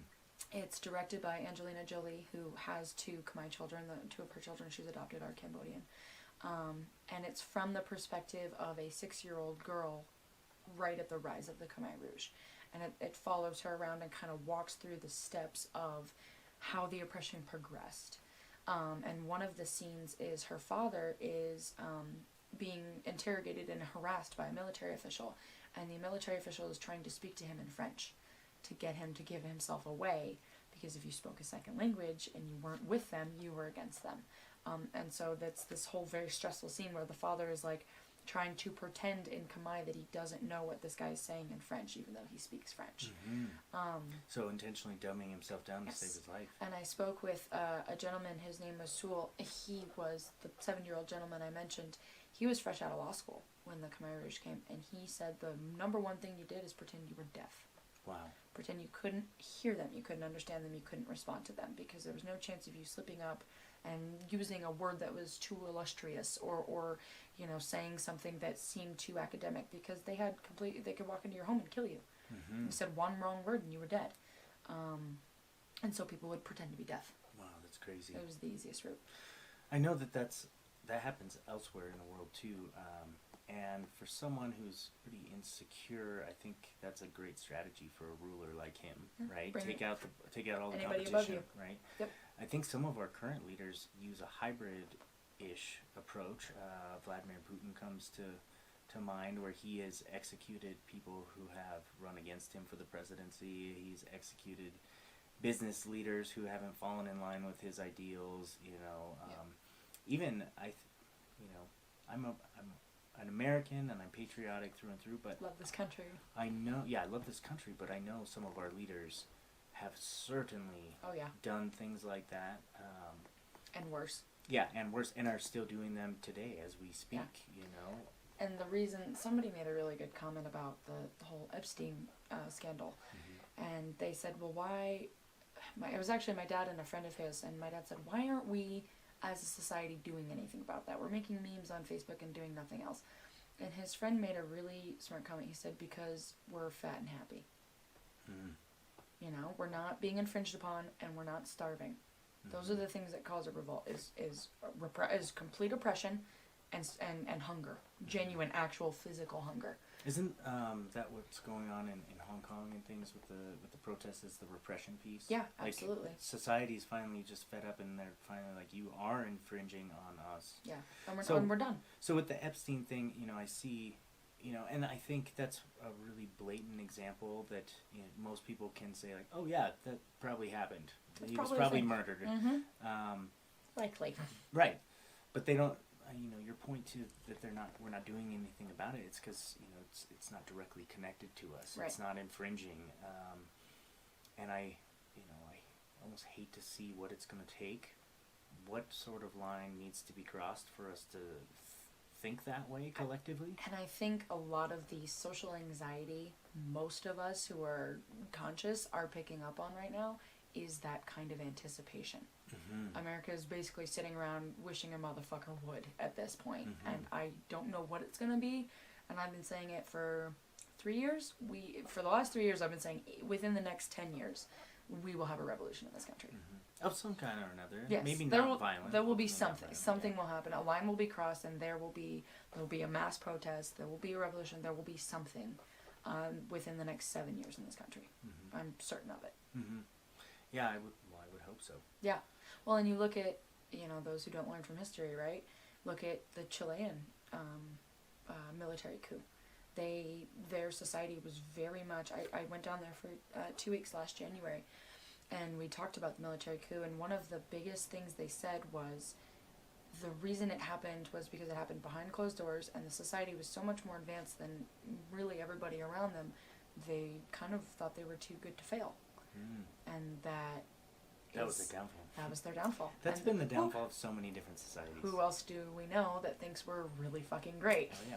Yeah. So that's, and that's been, that hubris has been the downfall of most, you know, the Greeks, the Romans, the Egyptians. The Ottomans. Yeah, all of them have fallen because of pride and ego. Absolutely. And a lust for power. Yep. And a refusal to acknowledge when you're losing it.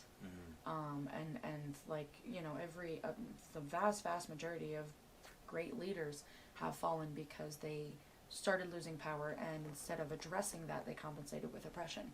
And a lot of them died for it. Grasping. Exactly. You can't, and that's the fatal mistake of many regimes, is they step one line too far on the oppression scale, and the people revolt. So then, is part of the solution the revolution and what happens afterwards? I mean, usually in history, you know, there's a revolution and then there's a reformation. Something else fills the vacuum. Yeah. And it's not always the best. Right. Usually it's just another of the same, another regime. Sometimes it's worse. Right. Looking at you, ISIS. Oh, yeah, with different values. Yeah. So how do we move beyond that? Once the revolution happens and the people can take back what is ours, how do we... I'm almost getting the sense that we need to learn from our mistakes and not have centralized government, like all other cultures in society have had pretty much. But I like this new idea of blockchain, like with bitcoins and things. Absolutely. Decentralization. Yeah. And anonymity. Yeah. A huge part of it. Yeah, so maybe a revolution happens somewhere in the world, and instead of there being another government regime that comes in as a singular government, maybe now the people become their own rulers. The people become this blockchain, this decentralization. Well, and the reason we have what we claim is a representative government is because it was inefficient to run a complete vote on everything when we started it up. You'd have to have everybody mail in and count it up. But with today's technology and with especially the blockchain, I think it's software, that's totally possible. We could literally get each and every person with a cell phone in this country to Yes. get a text message, a doodle poll Yeah. on each and every issue. Yeah. And not be voting for people, but be voting On for the issues. I have a friend of mine who is a devout believer in actual anarchy, and he's provided me with a lot of different research and kind of different informationals on what that actually looks like.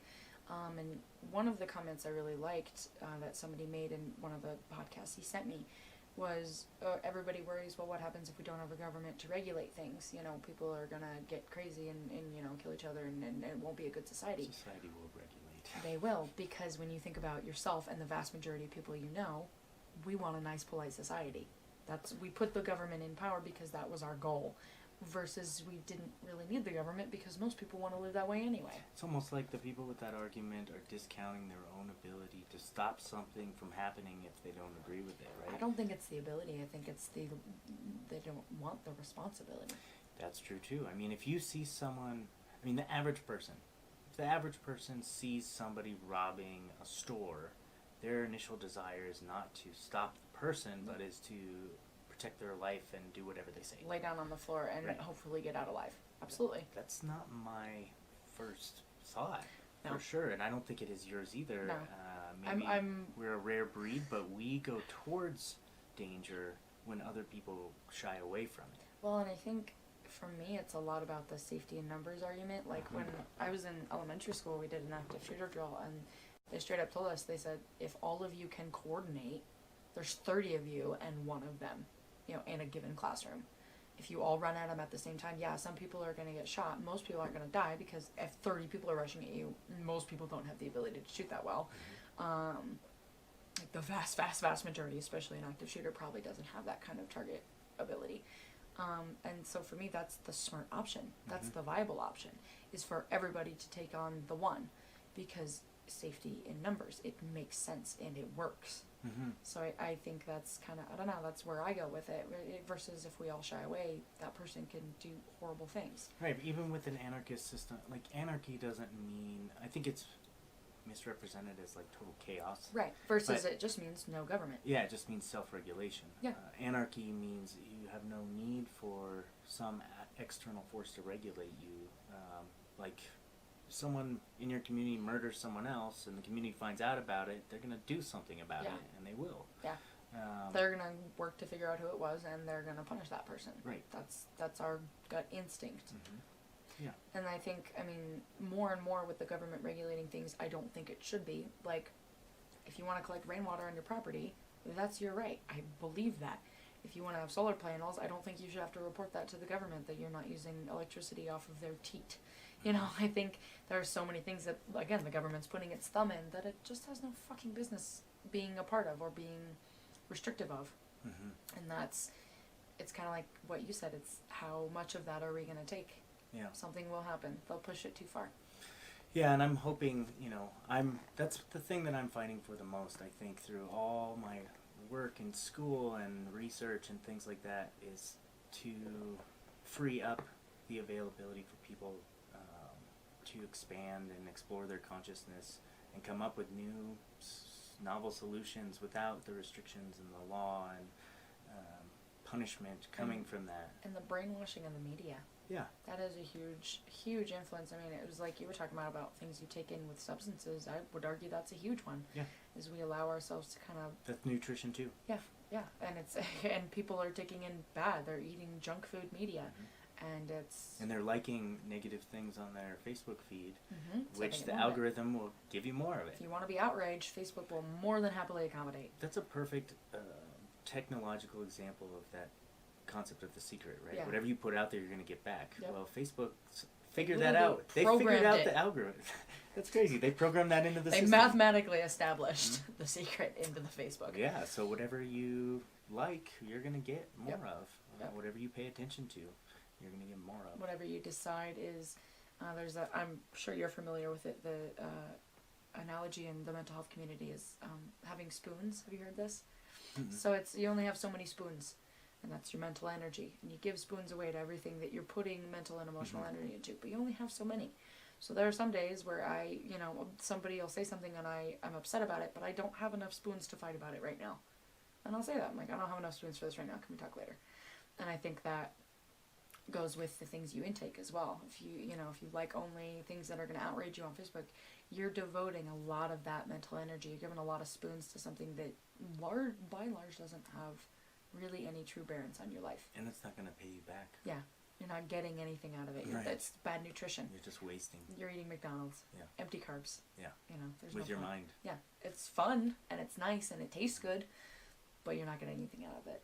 Right. It's going to feel like shit when you go to work out. Oh yeah, I feel like crap every time when I'm eating that double quarter pounder, which it tastes so good, but literally I can feel the grease. But 5 minutes later, I'm just like, what did I do? No. What have I done? Yeah, it's totally Just bad. look at your greasy hands and Sure, hate yourself. and I feel that way too with bringing in negativity into my life too. Yeah. Like sometimes anger feels great. Yeah. But I always feel terrible afterwards. Yeah, I'm like, I look back and I'm like, fuck, Right. that wasn't Could have good. done without that. Well, and especially like within the last 2-3 years, I've done a lot of work on, we were talking about feeling aggressive with text messages and things. That's my whole life. I'm diagnosed with borderline personality disorder, which kind of the analogy that I use for that is people have a volume knob on your emotions, and people with borderline have learned that their emotional needs are only met when the volume is full crank. So their responses, their reactions to any situation that makes them feel slightly emotional is full cranked volume. And for me, most of that is anger. And so I've done a lot of work on that over the last couple of years, and I continue to try. So it is possible to be able to turn it down from 11 to maybe a 6 and with it's, training. It's actually the same conversation you have with yourself when you get miffed about a text message. It's that same kind of conversation with your mind of, that's not how they meant that. That's not how this person treats me. They didn't, I'm building this up in my head. And that's a really vital portion of that work, for sure. You can't do that without slowing down. You can't.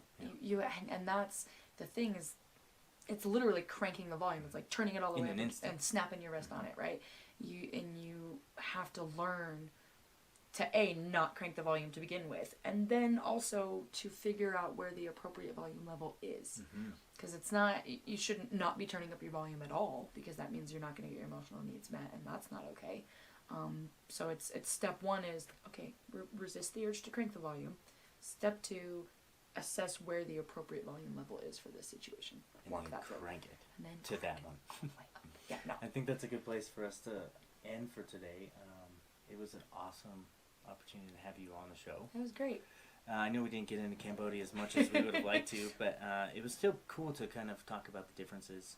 I think a lot of us, myself included, lead very sheltered lives unintentionally. I think so, yeah.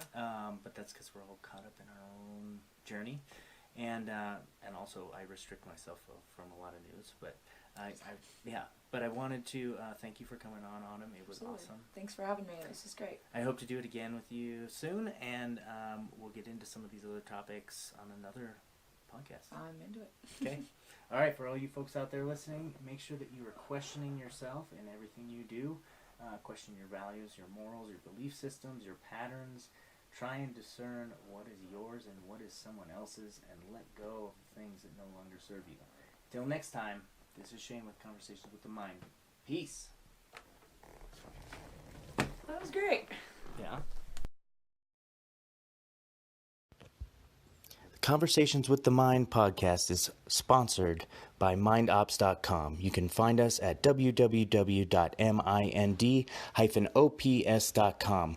We're an eclectic counseling company providing mental health and mental performance services to individuals, small and large groups, teams, businesses, military, through face-to-face sessions or at a distance using phone or confidential video chat apps.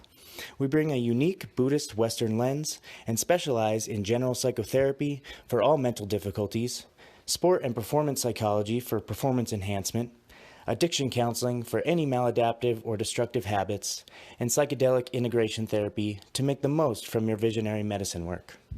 We are available as well for corporate workshops to address the needs of your employees' wellness.